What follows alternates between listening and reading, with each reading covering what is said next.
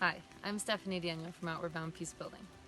We've heard a lot of information and heard a lot of presentations, so I'm sure you have a lot of ideas and maybe even some feelings about all that. So for our next active break, we're going to do just that. We're going to take a break. We're going to take a break to check in with nature and check in with ourselves. So first I'd like to ask you to stand up, take a small step back, and we're going to reach our hands towards the sky just like these trees. Reaching with your fingers all the way up as far as you can go, reaching, stretching.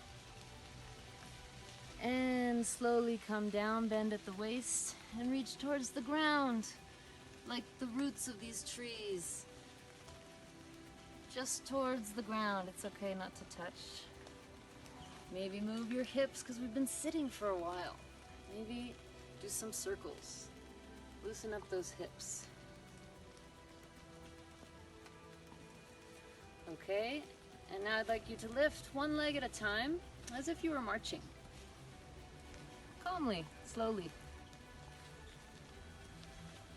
We want your breathing to be calm. Just lifting those legs. And let's take a walk. I'd like to welcome you to the Monte Alto Natural Reserve in Mexico State.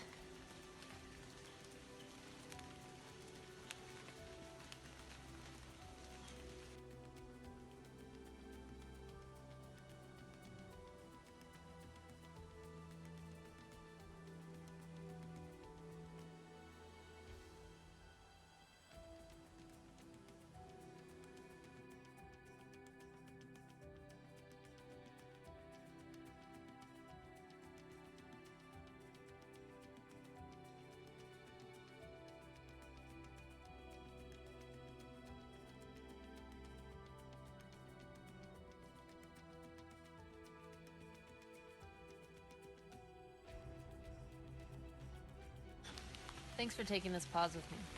At Outward Bound Peacebuilding, we like to take about 10 minutes in a place or position that is inspiring, that's calming, that helps us get into a state where creativity can emerge. This tool, that we call Take 10, allows us to develop our moral imagination.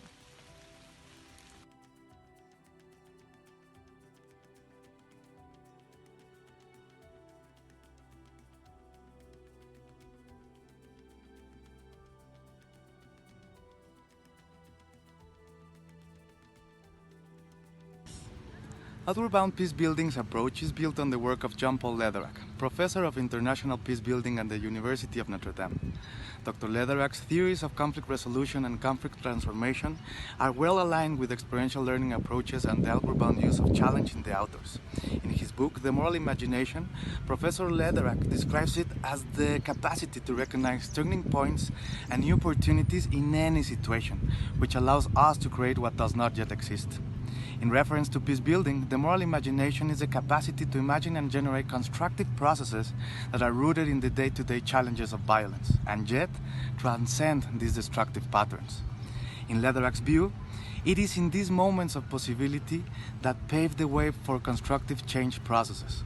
Constructive changes does not emerge through the rote application of a set of techniques or strategies, but rather arises out of something more likely as an artistic process. Lederach maintains that the art and soul of social change should inform peace-building efforts. The goal of transcending violence is advanced by the capacity to generate, mobilize, and build the moral imagination. This requires the capacity to imagine ourselves in a web of relationships, one that includes even our enemies, the ability to embrace complexity without getting caught up in social divisions, the commitment to the creative act, an acceptance of the risk that necessarily goes along with attempts to transcend violence.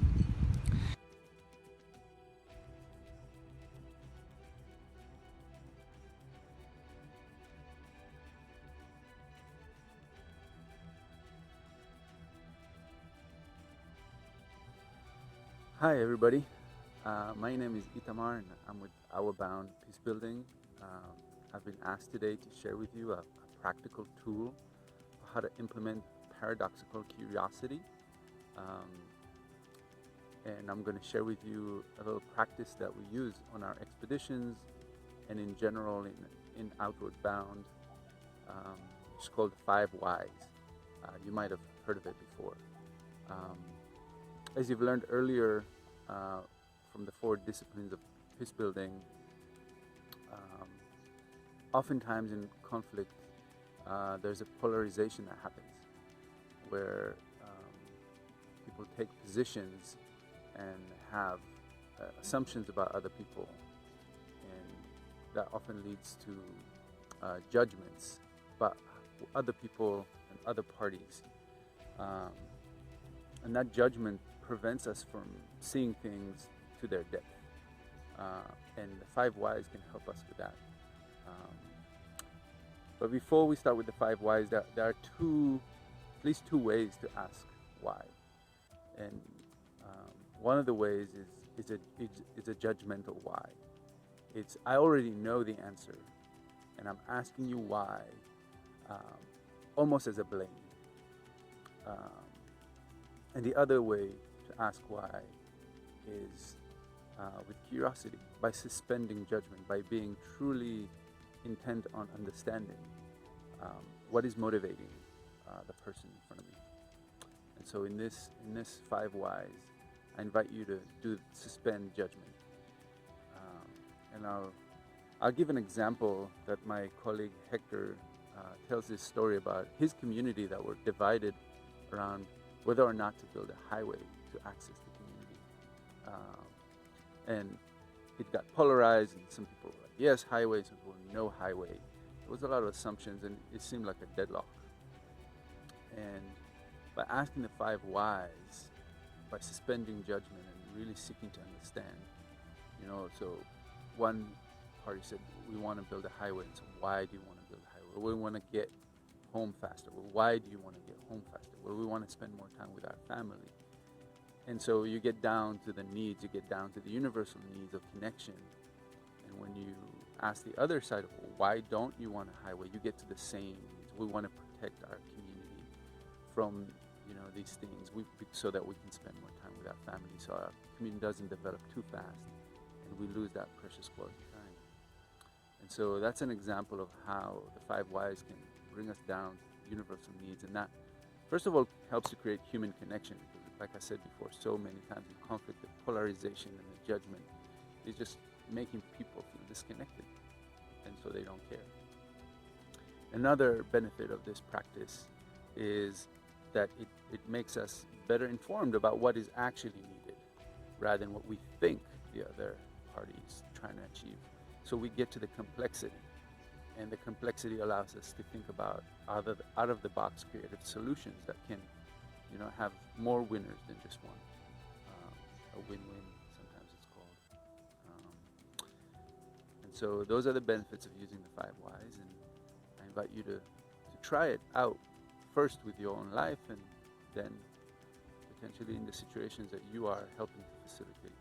Thank you so much, and thank you for the work that you are doing, and I hope to see you around.